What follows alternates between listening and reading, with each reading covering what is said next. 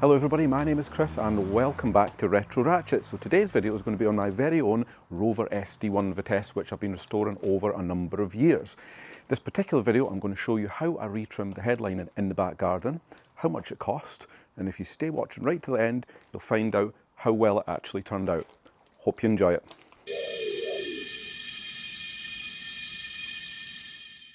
We're going to take a wee look at the headlining for the Rover Sd1. First job's going to be I think maybe take a wallpaper scraper and try and get all this old foam backing off of it. I'll definitely be putting a mask on for that.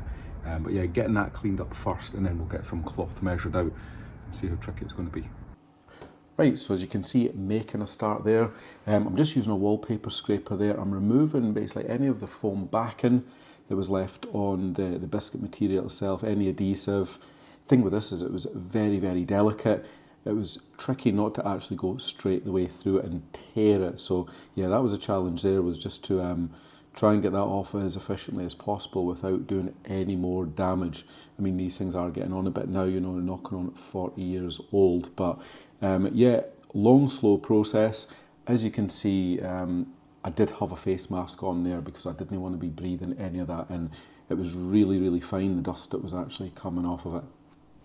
Right, today we're going to have a wee go at repairing the headlining off the SD1. Fast glass resin. I've got some of the tissue because I thought that might actually be a wee bit better for this. Got some hardener, gloves and a brush. It's mainly this bit here where it has come apart. So I think I'm just going to slice that down there. Try and remove that bit because it's not doing any good. And then just try and lay that on top to try and give it a wee bit more strength.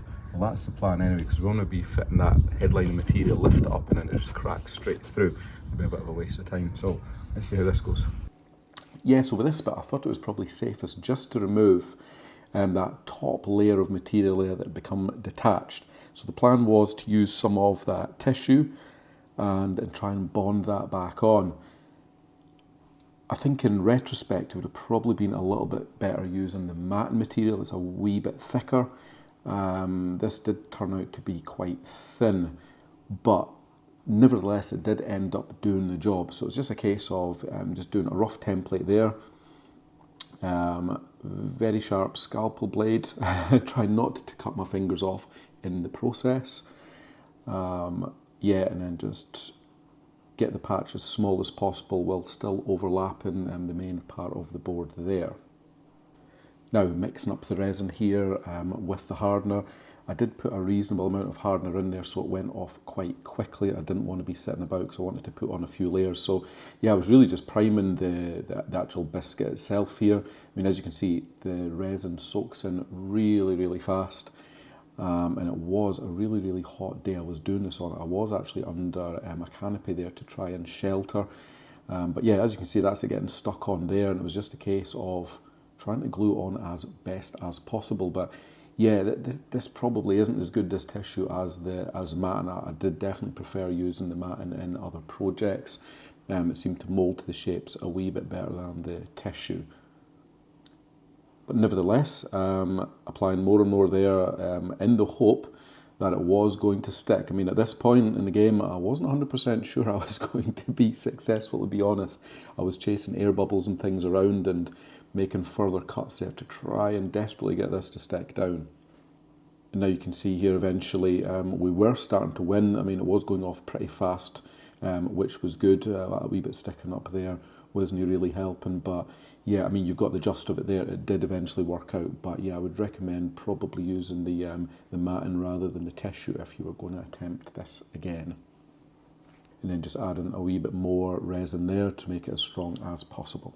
Now on to the adhesive. This part you didn't actually see in the video, but yeah, I had that stand up against the wall. I put loads of adhesive on there, as you can see. You usually leave it a few minutes just to become tacky. In the background as well, I was actually doing the same on the backing of the fabric material. Like I said earlier, the conditions were against me this day. It was really, really hot, but it was one of those jobs I just wanted to get done. And of course now comes the trickiest bit, actually getting the fabric material on top of the biscuit without it going everywhere. So yeah, there is a little bit of wriggle room for detaching it and gluing it back down again, but not a lot. So yeah, it's just a case of very, very carefully lowering it down, trying not to get any air bubbles and just trying to smooth it as you go. One of the challenges as well as just picking up dirt on your hands, standing on it, anything like that. So yeah, as you can see, I obviously didn't have any massive skill, attempting this. It was just kind of try and play it by ear, smooth it out as best as possible. Obviously trying to push it there into any of the nooks and crannies, keep it as smooth as possible. Obviously I had plenty of overhang there, which I intended to trim nearer the end of the job, fold it round just so it was a nice neat edge on it. Now, while you can see the hard work getting done there in the background, I thought I'd mention how much the job actually cost. So the fabric material itself, I ended up ordering a 3 metre length. It was Oxford Cloud Grey. That worked out about £50. So add on top of that 2 tins of spray adhesive. So all in, I had a bill of £76 for the fabric and the adhesive. So add on top of that, the repairs are made to the biscuit material itself. The tissue, the resin and the hardener, there or thereabouts £20. So I mean, you could roughly round that up when you include blades and stuff to a nice even £100. Does seem quite a lot of money, but doing it yourself, you are saving a good few £100 over paying a professional. Now let's move on to see how it actually turned out. So now finally you can actually see it taking shape, just smoothing those bits over the sun visors there. You can also see the sunroof aperture, which will get cut out in a few moments. But yeah, it's actually starting to take shape pretty well. Now, an important part to mention here, make sure you leave plenty of material to fold that round on the car. I was actually a little bit shy in doing this. I probably could have done with leaving a wee bit more, but we did get away with it in the end. But yeah, just don't mess it up at this final stage. Alright, so the moment you've all been waiting for, the end result. So what we'll do is we'll change camera angles just now so you can get a better view.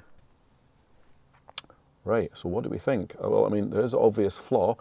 The sun visors, they definitely need retrimmed as well. I mean, that's going to be a wee bit of a challenge because when you look close up, the fabric looks like it's glued in there onto that vinyl. So that's going to be a wee bit of a challenge, but that obviously lets down the job as a whole because the roof is mint. I've only recently just put that new strip on there around the sunroof aperture as well, just to tidy things up, but I think it worked out really, really well. I'll try and show these little clips here that just take the weight of the back of the panel here. These I actually didn't have, I had to source these, and what I ended up doing was actually just covering them in cloth. I don't know if they're originally painted from the factory, but just that cloth finish looks a hell of a lot better, it looks really, really nice. Now, considering this video has been shot, God, it's about 1.5 years since I actually done the job, I think it's lasted really, really well. Nothing has moved, nothing's sagged, it's all still in place and it still looks pretty mint. So definitely a job well done, a job I would do again. In fact, I've just done the Volvo 740, so keep an eye out for that video coming up soon as well. So put in the comments what you thought, and I hope this video has been useful for anyone that wishes to attempt to do the job themselves. It's definitely doable by any DIY enthusiast, and the end result is worth all the time and effort. Please remember to like and subscribe and to continue to support the channel. It's much appreciated. I'll catch you all for the next video.